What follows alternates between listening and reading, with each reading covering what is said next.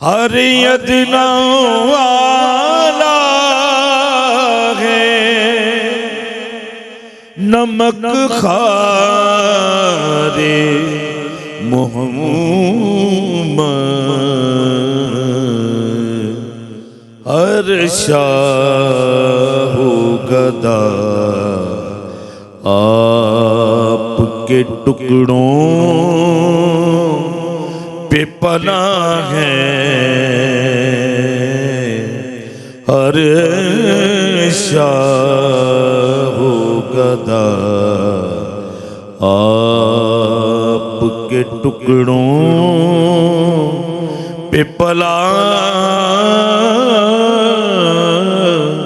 ہے۔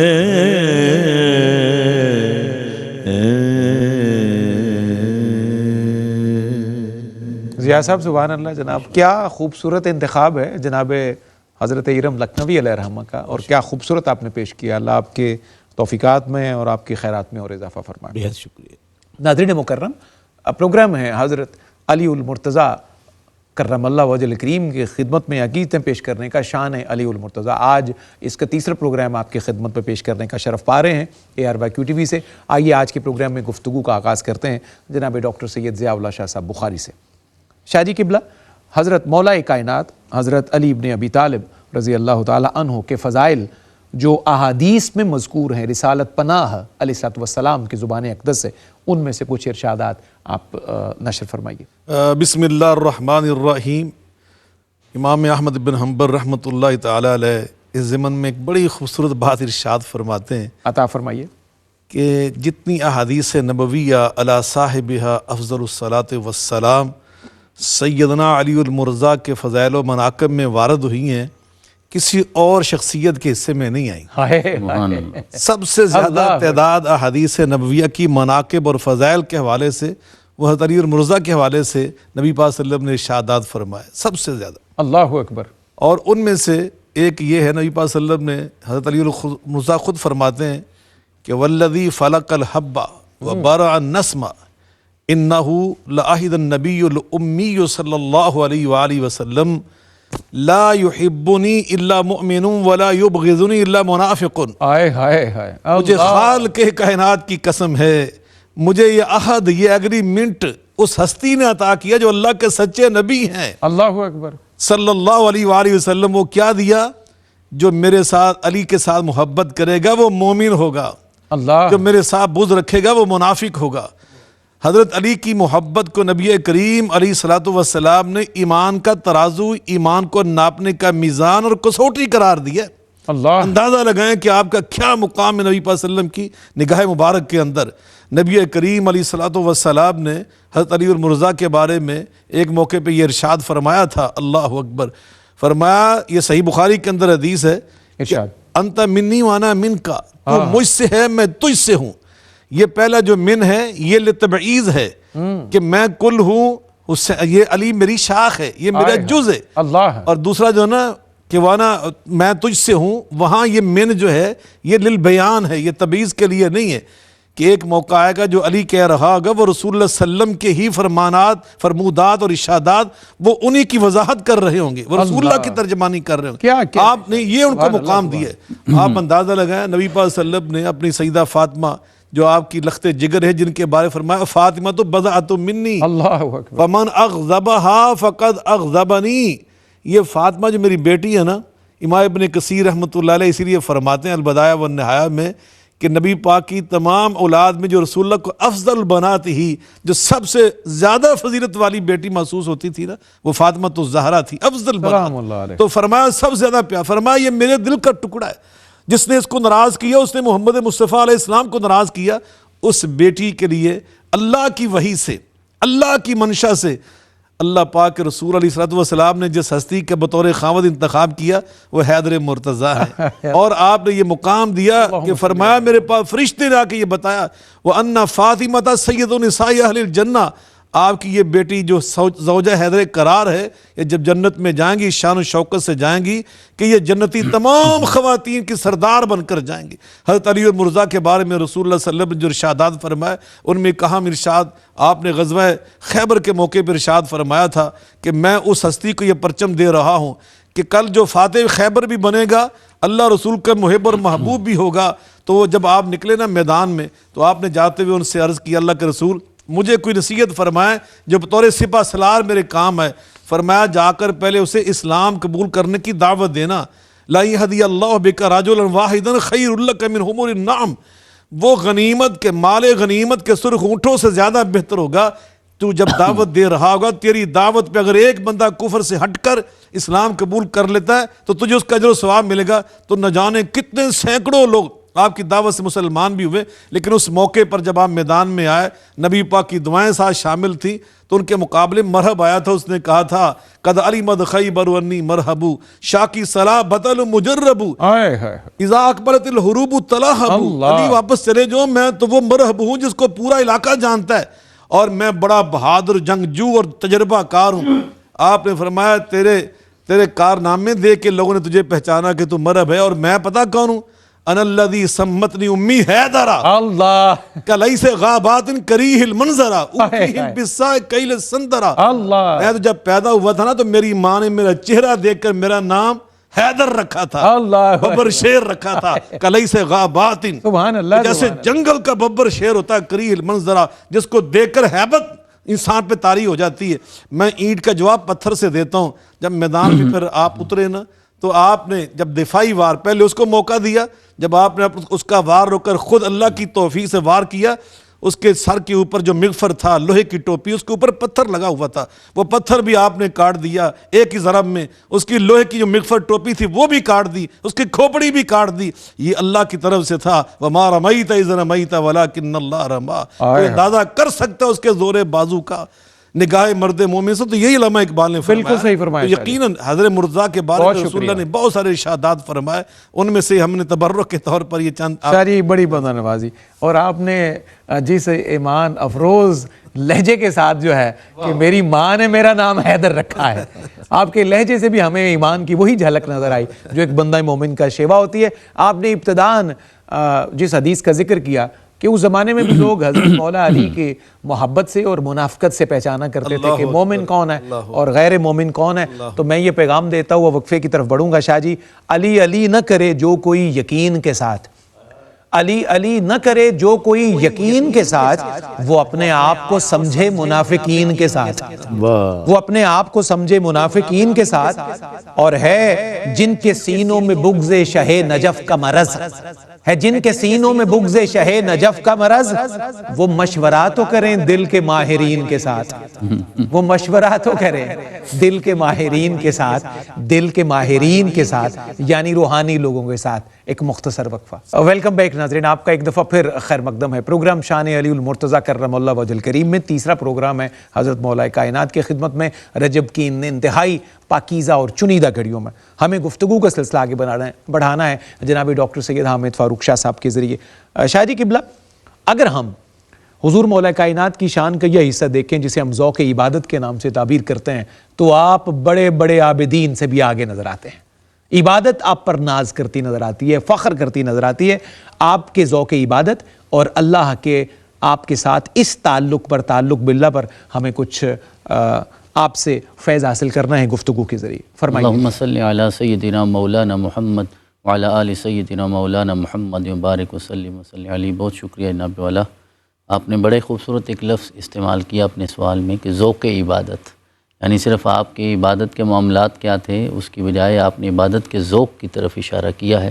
تو اس کا مطلب یہ ہے کہ ہر چیز کا کوئی ظاہر بھی ہوتا ہے اور ہر چیز کا کوئی باطن بھی ہوتا ہے۔ متفق۔ آپ نیکی کرتے ہیں تو نیکی کا ایک ظاہر بھی ہے اور ایک باطن بھی ہے، اور گناہ کا بھی ایک ظاہر بھی ہے اور ایک باطن بھی ہے۔ قرآن میں ارشاد فرمایا گیا کہ وَذَرُوا ظَاهِرَ الْإِثْمِ وَبَاطِنَهُ، کہ اگر گناہ کرتے ہو تو پھر اسے چھوڑ دو، اس کے ظاہر کو بھی چھوڑو، اس کے باطن کو بھی چھوڑو۔ تو مولا علی کی عبادت یا ہم ذوق عبادت کو یوں سمجھتے ہیں کہ آپ نماز ظاہر کی نہیں ادا کرتے تھے، وہ کو باطن کی کیفیات تھیں۔ یہ تو ہم سارے بھی کرتے ہیں، جسے ہم نماز سمجھتے ہیں، ہم سمجھتے ہیں نماز ہے، پتہ نہیں وہ کیا ہے۔ ان الصلاۃ تنہی عن الفحشاء والمنکر، وہ کیفیت جب پیدا ہو جائے گی سارے معاشرے میں، پھر ہم سمجھیں گے کہ اب نماز قائم بھی ہو گئی ہے اور باطن کی نماز بھی اللہ کی بارگاہ میں قبول ہو گئی ہے۔ تو آپ کی تو یہی کیفیات تھیں۔ حضرت جبریل جب آئے اور وہ معروف حدیث ہے جسے حدیث جبرائیل کہا جاتا ہے، آ کے پوچھا کہ بتائیے ایمان کیا ہے، آقا نے جواب دیا۔ اسلام کیا ہے، آقا نے جواب دیا۔ احسان کیا ہے، تو آقا نے فرمایا ان تعبد اللہ کأنک تراہ وإن لم تکن تراہ فإنہ یراک، کہ اللہ کی عبادت ایسے کرو گویا کہ تم اسے دیکھ رہے ہو، اور اگر یہ نہیں ہو سکتا تو اتنا تو کرو کہ وہ تمہیں دیکھ رہا ہے۔ تو ہم کبھی سی سی ٹی وی کیمرہ کے سامنے سے گزرتے ہیں تو ہم جتنے مہذب اور شائستہ ہو جاتے ہیں، اگر نماز میں یہ کیفیت ہو جائے کہ ہم اسے دیکھ رہے ہیں یا وہ تو ہمیں دیکھ رہا ہے، تو پھر جو کیفیت پیدا ہوگی اسے ہی نماز کا باطن کہا جاتا ہے۔ اللہ اکبر۔ تو مولا کائنات شیر خدا نے وہی تو نمازیں پڑھی ہیں۔ یہ آپ کی طرف منسوب ایک واقعہ، کسی نے سوال کیا کہ علی اسے دیکھا بھی ہے جس کی عبادت کرتے ہو، ساری رات اتنے لمبے سجدے کرتے ہو؟ تو علی نے کہا اسی کی عزت کی قسم دوسرا سجدہ کرتا ہی نہیں جب تک وہ اپنا دیدار نہیں عطا فرما دیتا۔ اللہ، تو علی عبادت ہی ایسے کرتے تھے، اور یہ احسان کی کیفیت میں تھی نا۔ ہم تو ایمان اور اسلام کو نہیں آج تک سمجھ پائے، تو ہم احسان کو کیسے سمجھ پائیں گے؟ تو آقا کریم نے جب ارشاد فرمایا کہ احسان یہ ہے کہ ایسے عبادت کرو گویا تم اسے دیکھ رہے ہو، تو علی نے بہرحال وہ عبادت کی ہے۔ تو آپ کو میدان جنگ میں تیر لگا، ایڑی میں لگا، دوستوں نے نکالنا چاہا، تکلیف تھی، درد، اذیت، آپ نے ارشاد فرمایا نماز میں جاؤں گا تو کر لینا۔ جب نماز میں تشریف لے گئے تو وہ جسم جو ہے وہ نرم ہو گیا، چہرے کا رنگ بدل گیا، جسم کانپنے لگا، ہاتھ رکھا یوں تیر نکلا جیسے مکھن میں سے بال نکلتا ہے، نماز مکمل ہو گئی۔ کیا پوچھا علی، ہوگا شاہ جی، اللہ اکبر۔ تو پوچھا حضرت ہم نے جب تیر نکالا تو آپ کو احساس ہوا کہ نہیں؟ تو آپ نے فرمایا میں تو اس کے جلووں میں محو تھا، مجھے تو کوئی احساس نہیں کہ تم نے میرے ساتھ کیا کیا۔ لوگ اعتراض کرتے ہیں کہ پتہ نہیں یہ روایت ٹھیک ہے یا نہیں ٹھیک۔ تو زلیخا کی ہم نشین خواتین حضرت یوسف کا ایک دیدار دیکھنے کے بعد اگر انگلیاں کاٹ لیں، بلکہ قرآن نے تو قبلہ قطعنا ایدیہن کہا ہے نا، ہاتھ کاٹنے، یعنی پورے ہاتھوں کی بات، انگلی کی پتہ نہیں انگلیوں کا ترجمہ کہاں سے آ گیا، کسی نے کٹی دیکھ لی ہوگی کسی مفسر نے، ورنہ قطعنا ایدیہن کا تو مطلب یہ ہے کہ پورے کے پورے ہاتھ کاٹے، تو پتہ حیرت نہیں۔ کی بات ہے ڈاکٹر صاحب، کیونکہ ہم طالب علم ہیں نعتیہ شاعری کے بھی اور تاریخ میں بھی، تو وہاں بھی جہاں پنجابی اردو کی نعتیہ فارسی شاعری کا بھی ذکر آتا ہے تو وہاں انگلیاں کٹنے کا ذکر آتا ہے، انگشت زنا کی بات، ہاں، ایون اعلی حضرت نے بھی یہی لکھا ہے۔ تو قطعنا ایدیہن، قرآن کہتا ہے کہ ہاتھ کاٹ رہی ہے۔ تو یوسف کو دیکھنے سے ہاتھ کٹیں پتہ نہیں چلتا، تو جب یوسف کے خدا کو علی دیکھ رہا ہو تو پھر تیر نکلے گا تو کہاں احساس ہوگا؟ تو یہ ذوق عبادت کی کیفیت ہے جس کو قرآن نے بھی بیان کیا اور مولا علی نے اس پہ عمل کر کے دکھایا۔ دوسرا میں اشارہ یہ کرنا چاہوں گا کہ تلاوت آپ ایسی اتنی کرتے تھے کہ آپ کے بارے میں معروف ہے کہ آپ جب کسی سواری پہ سوار ہوتے ایک طرف پاؤں رکھتے تو آغاز کرتے فاتحہ سے، اور دوسری طرف پاؤں بعد میں جاتا اور قرآن کا ایک ختم مکمل ہو جاتا۔ اس پہ بھی اعتراض ہوتا ہے اتنی جلدی ہو نہیں سکتا۔ حضرت سلیمان علیہ السلام کا امتی آصف بن برخیہ کئی میلوں، ہزار میلوں کی مسافت سے تخت پلک جھپکنے سے پہلے لا سکتا ہے، تو مصطفیٰ کا امتی قرآن نہیں پڑھ سکتا جسے آقا کریم نے سینے کے ساتھ لگا کے قرآن کے سارے علوم عطا فرمائے۔ اللہ اکبر۔ یہ آپ کی محبت، آپ کی رغبت اور آپ کے ذوق کی طرف اشارہ کرتا ہے۔ بہت شکریہ ڈاکٹر صاحب۔ اللہ کریم ہمیں امام ولایت کا یہ فیضان بھی عطا فرمائے۔ الہی آمین، ربنا آمین، آمین، اللہم آمین۔ ڈاکٹر صاحب قبلہ، بڑی خوش بختی ہے ہماری کہ حضور مولا کائنات کے ان پروگرام کے ذریعے فقیر بار بار حاضری بھی پا رہے ہیں اور آپ کے ذکر خیر سے صرفیاب بھی ہو رہے ہیں۔ حضرت علی المرتضیٰ کا ذوق عبادت ہم شاہ صاحب سے سن رہے تھے، تو ہم اسی ہی ٹریک پر سفر جاری رکھتے ہیں۔ آپ کے زہد اور تقوی بھی جو ہے وہ بے نظیر ہے، بے مثال ہے، بڑے بڑوں سے زیادہ متقی ذات جو ہے وہ مولا حیدر کرار کی ہے۔ آپ کے زہد، ورع اور تقوی پر ہمیں کچھ عنایت فرمائیے۔ یقیناً آپ ہر اس صفت میں اور خوبی میں بڑے نمایاں نظر آتے ہیں کہ جو کسی انسان کی میں سمجھتا ہوں خوبی کے طور پر پیش کی جا سکتی ہے۔ نبی کریم علیہ الصلوۃ والسلام کی یہ تربیت کا فیض ہے، رسول اللہ صلی اللہ علیہ وسلم کی تعلیم کا یہ نتیجہ ہے کہ آپ نے چونکہ بچپن میں ہی نبی پاک صلی اللہ علیہ وسلم کی آگوش نبوت میں کفالت پائی اور آپ کو تربیت وہاں سے حاصل ہوئی، تو اس لحاظ سے زہد کسے کہتے ہیں؟ زہد کہتے ہیں کثر العمل، کہ آپ اپنی امیدوں کو، تمناؤں کو بہت محدود کر لیں۔ وشکر عند التنعم، جب اللہ کو نعمت عطا کرے تو بے تحاشا اللہ کا شکر ادا کیا جائے۔ صحیح۔ اور تیسرا انہوں نے فرمایا کہ جو اللہ کی محرمات ہیں، حرام کردہ چیزیں ہیں، وَالتَّوَرُّ عَنِ الْمَحَارِمِ، ان سے انسان دور رہے، ان سے ہٹے، اس کو تقویٰ بھی کہتے ہیں، اسے زہد بھی کہتے ہیں۔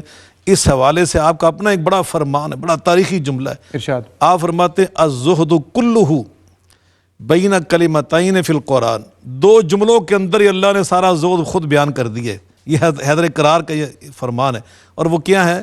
اللہ فرماتے ہیں کہ وَلَا تَأْسَوْا عَلَى مَا فَاتَكُمْ اللہ وَلَا تَفْرَحُوا بِمَا آتَاكُمْ، جو چیز تمہیں نہ ملے یا تم سے چھن جائے اس پہ کبھی افسوس نہ کرنا، غمزدہ ہو کے نہ بیٹھ جانا، ہمت نہ ہار بیٹھنا۔ اور دوسرا، جو تمہیں اللہ عطا کر دے اس پر کبھی شیخی نہ بکھارنا، کبھی خوشی کا اظہار نہ کرنا، اور اس طرح نہ کرنا کہ دوسروں کو تکلیف پہنچے۔ تو یہ اس کو زہد کہتے ہیں۔ اور آپ کا زہد ایسا تھا کہ حضرت زرار بن زمرہ رضی اللہ تعالیٰ عنہ یہ عرصہ دراز آپ کے ساتھ سفر حضر میں رہے۔ آپ کی شہادت کے بعد ان سے پوچھا گیا کہ آج حیدر مرزا کے بارے میں کچھ سناؤ، تو ان کے اوپر ایک عجیب کیفیت طاری ہو گئی، آنکھوں سے آنسو بہنا شروع ہو گئے۔ یہ سنبھلنے کے بعد انہوں نے بات شروع کی کہ میں آدھی رات کو ان کو دیکھا کرتا تھا سفر میں، دخل فی محرابہ قابضا علی لحیتہ یبکی بکا الحزین ویتم المرء تململ السلیم ویقول یا دنیا قد طلقتک ثلاثا لا رجعت فیک من قلت الزاد وبعد السفر ووحشت الطریق۔ میں دیکھا کرتا تھا آدھی رات کے بعد وہ تہجد کے مصلی پہ کھڑے ہو جاتے، اللہ کی بارگاہ میں حاضری دے کر وہ اس طرح روتے جیسے کوئی غم زدہ انسان روتا ہے، اس طرح تڑپتے جیسے کسی کو کسی موذی جانور نے ڈس لیا ہو اور تکلیف سے وہ تڑپتا ہے، اس طرح تڑپتے اللہ کی بارگاہ میں۔ اور کیا کہتے؟ اے دنیا، میں نے تجھے طلاق دے دی اور 3 طلاقیں دے دی، تیرے ساتھ اب میری صلح نہیں ہو سکتی، تیری ادھر رجوع نہیں ہو سکتا۔ یہ کہنے کے بعد بہت زیادہ رو کے کہتے من قلت الزاد وبعد السفر ووحشت الطریق، آخرت کا سفر یہ بہت طویل سفر ہے، راستہ اجنبی ہے، دیکھا ہوا نہیں ہمارا، اور ہمارے پاس زیادہ سفر بہت قلیل ہے۔ یہ وہ ہستی کہہ رہی ہے جس کو رسول اللہ نے دنیا کے اندر فرمایا تھا علی فی الجنہ، اللہ میرے علی تو جنتی ہے، جس کے صاحبزادگان کے بارے میں رسول اللہ نے فرمایا تھا ان الحسن والحسین سیدا شباب اہل الجنہ، اس میرے علی کے بیٹے میرے نواسے حسن و حسین جب جنت میں جائیں گے تو جنتی نوجوانوں کے سردار بن کر جائیں گے۔ زہد کا عالم یہ تھا کہ امیر المؤمنین ہے، اور قمیض امیر المؤمنین نے جو خریدی نا اس کی قیمت پتہ کتنی تھی بھائی صفدر صاحب؟ اللہ 3 درہم۔ اللہ اکبر۔ آپ یہ نہیں تھا کہ آپ غریب تھے، کہ آپ کے پاس کوئی سرمایہ نہیں تھا، آپ خاندانی سردار تھے، بالکل صحیح۔ آپ ایک بڑے امیر کبیر خاندان کے چشم و چراغ تھے، آپ کی جاگیریں تھیں، آپ کی بے تحاشا زمینیں تھیں، بہت اللہ نے آپ کو بہت کچھ دیا تھا، لیکن آپ نے ان ساری چیزوں پر زہد کو پسند کیا، قناعت کو پسند کیا، جو ہوتا تھا یؤثرون علی انفسہم ولو کان بہم خصاصہ۔ بھائی صفدر صاحب میں حلفاً کہتا ہوں ایک طالب علم کی حیثیت سے، قرآن پاک کا طالب علم ہوں، جتنی آیات بینات نبی پاک صلی اللہ علیہ وسلم کے صحابہ کے فضیلت کو بیان کرتی ہے نا، وہ ساری آیات کا مصداق جیسے دوسرے صحابہ ہیں اسی طرح حیدر مرتضیٰ بھی ہیں، چونکہ آپ صحابی رسول بھی ہیں، بالکل صحیح، لیکن وہ آیات بینات جو اہل بیت کی شان کو بیان کرتی ہیں ان کے مصداق سارے صحابہ کرام نہیں بنتے، صرف مولا کائنات، وہ صرف اہل بیت اطہار بنتے ہیں۔ تو گویا حیدر مرتضیٰ کی شان تو اللہ نے ڈبل کر کے قرآن میں بیان کیا کہنے، کیا کہنے، محمد الرسول اللہ والذین معہ شداء علی الکفار رحماء بینہم، حیدر کرار بھی اس کے مصداق ہیں، جہاں صدیق و فاروق و عثمان و ذوالنورین وہ طلحہ و زبیر اس کے مصداق ہیں، وہاں حیدر کرار بھی اس کے مصداق ہیں۔ لیکن جب یہ قرآن پاک کی آیت ہم پڑھتے ہیں انما یرید اللہ لیذھب عنکم الرجس اہل البیت وَيُطَہِّرَکُمْ تطہیرا، اس کے مصداق حیدر کرار ہیں، حسنین کریم مین ہے۔ اسی طرح جیسے میں نے پچھلے پروگرام میں پڑھا تھا آیت مبالہ، تو ان آیات تو حضرت حیدر کرار کا زہد ہم بیان کر رہے ہیں۔ آپ کو اللہ پاک نے جو شان عطا کی تھی اس پر آپ نے قناعت، اس پہ آپ نے درویشی، آپ نے اس پر انتہا درجے کی سادگی اسے پسند فرمایا۔ اللہ کو سلامت رکھے۔ الہی آمین، اللہم ربنا آمین۔ کیا ہی خوبصورت انداز میں، رواں اور سلیس انداز میں شاہ جی قبلہ نے حضور مولا کائنات رضی اللہ عنہ وعلیہ السلام وکرم اللہ وجہ الکریم کا زہد، تقوی، ورع، ان کی خشیت بیان کی ہے۔ اور جس طرح بھی شاہ صاحب نے بتایا، یہ ایک بڑی کنفیوژن ہے، اس کنفیوژن کو ایک سوال اور جواب کی صورت میں وقفے کے بعد آنے سے ہم اس کو ڈسکس بھی کریں گے۔ آپ کی باتوں سے مجھے اگلے سوال کا زیادہ راہ بھی مل گیا۔ ڈاکٹر صاحب قبلہ جب واپس ہم آئیں گے تو آپ سے حضرت علی المرتضیٰ کی سخاوت کے حوالے سے اور اللہ کے راہ میں کس طرح آپ بانٹا کرتے تھے اس کے بارے میں ہمیں آپ سے کچھ انپٹ چاہیے. اور تاریخ کی کتابوں میں یا تاریخی جو گڈمڈ چیزیں ہو جاتی ہیں اس میں کئی ہمارے بچے ہماری یوتھ بڑی ڈسٹرب ہوتی ہے, کنفیوز ہوتی ہے اس بارے میں, جہاں لکھا جاتا ہے کہ کئی کے دن چولہا نہیں چلتا تھا, فاقے بہت زیادہ تھے, تو بعض کا اس طرح ہوتا تھا. جناب ابو طالب کے خاندان کے حوالے سے اس طرح لکھا جاتا ہے کہ کیونکہ بہت زیادہ بچے تھے, اخراجات میں کچھ پرابلمز آتے تھے, تو شاید رسول اللہ صلی اللہ علیہ وسلم نے کچھ اس کا بندوبست فرما دیا. کچھ اس طرح کی کنفیوژنز جو ہیں وہ تاریخ کا طالب علم جب محسوس کرتا ہے وہ سمجھتا ہے کہ شاید اس گھر میں کچھ کمی رہی ہوگی. لیکن شاہ صاحب کے جملے نوٹ کیجئے کہ یہ سخی گھرانہ تھا, سردار گھرانہ تھا, مالدار گھرانہ تھا, بانٹنے والا گھرانہ تھا. آج کے دور میں ناظرین محترم کسی معمولی سی درگاہ خانقاہ کا جو سجادہ نشین ہے وہ بھی کوئی عام آدمی نہیں ہوتا, اس پہ بھی اللہ کے بڑے کرم ہوتے ہیں. تو یہ تو کعبہ کی سجادگی کا شرف رکھنے والا یہ خاندان تھا, کعبہ کے متولی تھے, خدمت گزار تھے سارے کے سارے بنو ہاشم کے لوگ. تو یہ غرباء میں سے نہیں تھے, غرباء ان کے دسترخوان پر بیٹھنے والے لوگ تھے. اس کا انشاءاللہ آگے بات چیت بڑھائیں گے ایک مختصر وقفے کے بعد. ویلکم بیک ناظرین مکرم, پروگرام ہے شان علی المرتضیٰ کرم اللہ وجہ الکریم, تیسرا پروگرام, اور آج اس کے اختتامی حصے میں ہم داخل ہوئے ہیں. حضرت مولا کائنات کی سخاوت, ان کا بانٹنا, راہ خدا میں اسی کی دی ہوئی نعمتیں مکمل تقسیم فرما دینا اور اپنے لیے کچھ بھی بچا کر نہ رکھنا. آئیے اس طریق کو سمجھتے ہیں مولا کائنات کی ذات بابرکات کے حوالے سے. جناب ڈاکٹر حامد فاروق شاہ صاحب. جی صفدر بھائی, آپ نے بالکل درست فرمایا اور برمحل فرمایا کہ یہ فقراء یا غرباء کا گھر نہیں, زاہدوں کا گھر ہے. جس طرح قبلہ نے اشارت فرمایا, زاہد تو اور ہوتا ہے بالکل, جو اپنی مرضی سے سب کچھ چھوڑ دیتا ہے. بالکل ٹھیک. ورنہ نبی اکرم کے میلاد سے صرف 55 دن پہلے, 2 ماہ بھی پورے نہیں ہوئے تھے, ابرہہ نے نبی اکرم اور علی کے مشترکہ دادا بہت حضرت عبد المطلب کے 200 اونٹ پکڑے تھے. 200 اونٹ, 200. تو اس کا مطلب یہ نہیں کہ ان کے سارے اونٹ پکڑ لیے, صرف 200 ابھی پکڑے ہیں بہت اچھا حضرت عبد المطلب کے.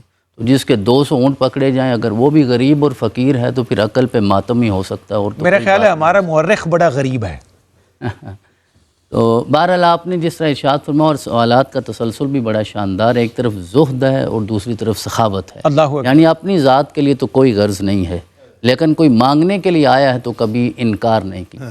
یہ 2 ہستیاں ہیں جن کی زبان پہ کبھی حرف لا آیا ہی نہیں ہے. اللہ. حضرت ضیاء الامت حضرت جسٹس پیر محمد کرم شاہ الازہری رحمۃ اللہ علیہ ضیاء النبی میں ایک جگہ لکھتے ہیں کہ اگر یہ اللہ کی توحید میں لا نہ ہوتا, تشہد میں لا نہ ہوتا, تو رسول اکرم کی زبان پہ کبھی لا نہ آتا, آپ کا وہ لا بھی نام ہو جاتا. تو اب اس ہستی سے تربیت پائی ہے مولا کائنات شیر خدا نے. رسول اکرم بھی تو اپنے پاس ظاہری طور پہ اگر کچھ بھی نہیں ہوتا, کیونکہ ضرورت نہیں ہوتی تھی, بانٹ دیا کرتے تھے, ورنہ کل کائنات کے وہ مالک ہیں اور لینا کیا ہے. تو کوئی آ جاتا تو آقا کریم قرض اٹھا کے بھی دے دیتے تھے.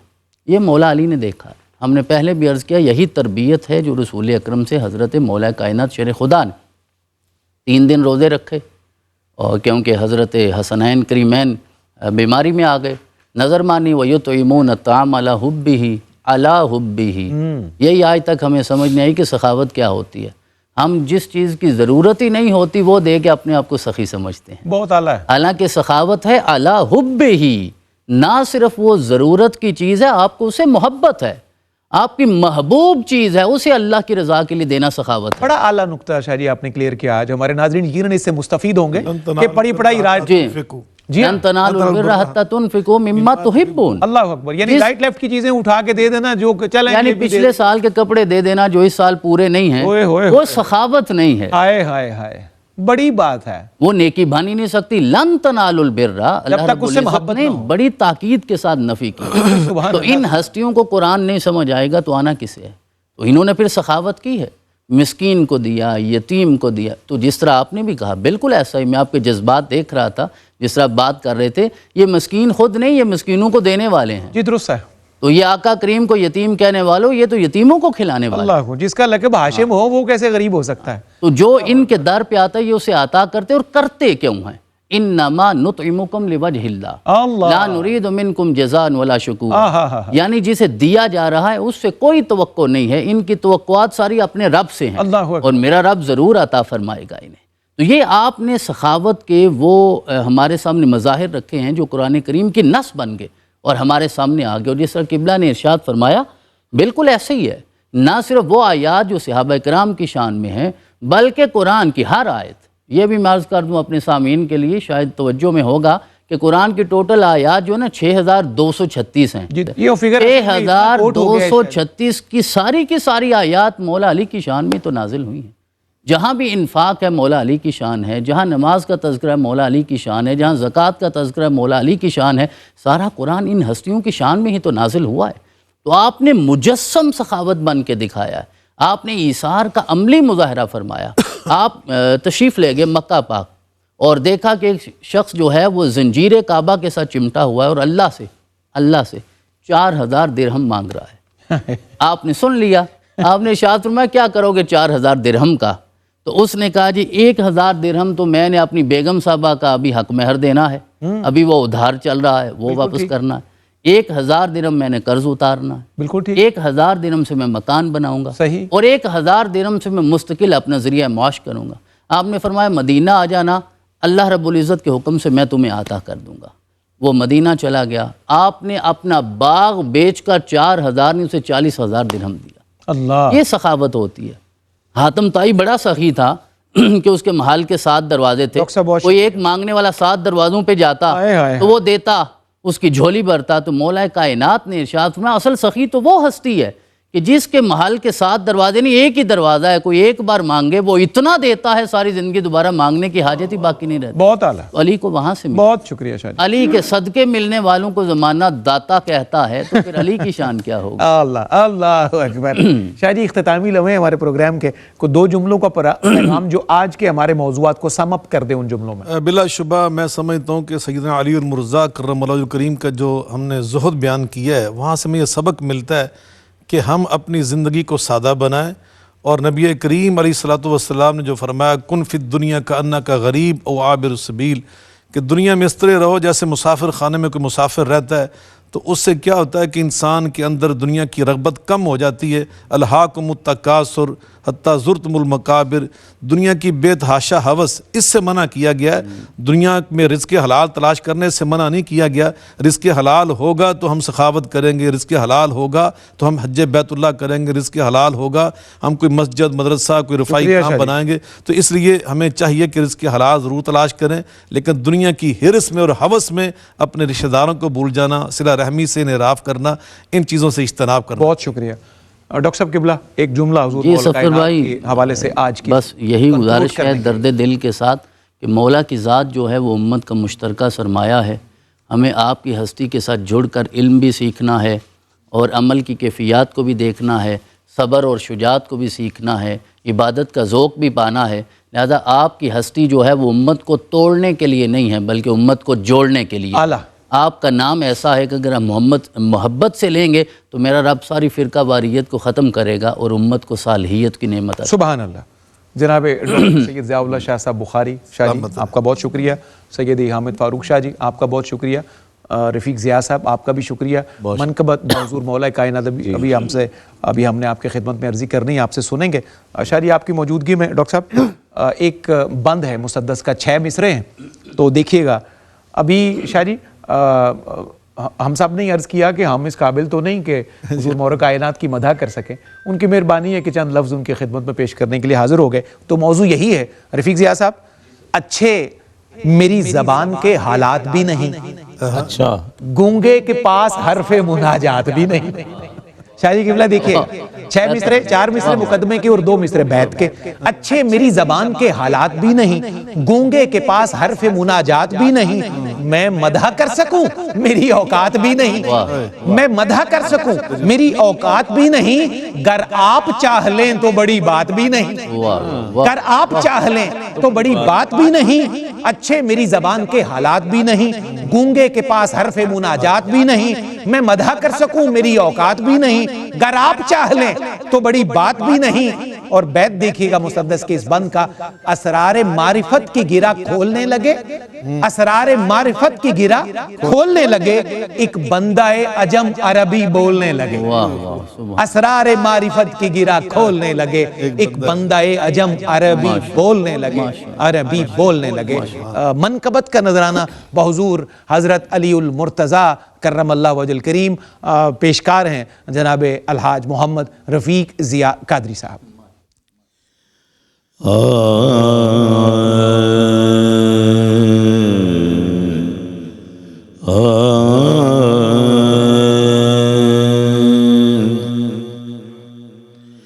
بخدا علی سا بندہ، بخدا علی سا بندہ، نہ ہوا نہ ہے نہ ہوگا، بخدا علی سا بندہ، بخدا علی سا بندہ، نہ ہوا نہ ہے نہ ہوگا، کوئی پھر حرم میں پیدا نہ ہوا نہ ہے نہ ہوگا، کوئی پھر حرم میں پیدا، دولہا خدا کے گھر کا، دلہن نبی کے گھر کی،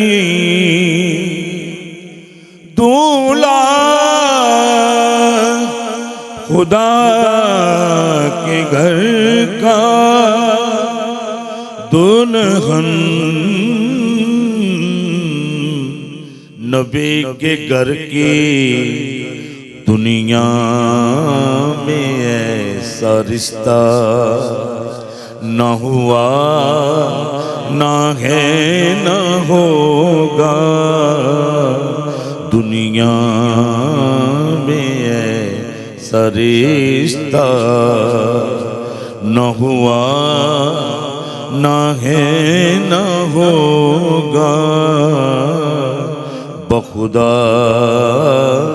علی سا بندہ۔ یہ شعر دیکھیے گا، سردار مدح حیدر میں جو پڑھ رہے ہیں میسم، سردار مدح حیدر میں جو پڑھ رہے ہیں میسم، کہیں ایسا پھر قصیدہ نہ ہوا نہ ہے نہ ہوگا، کہیں ایسا پھر قصیدہ نہ ہوا نہ ہے نہ ہوگا۔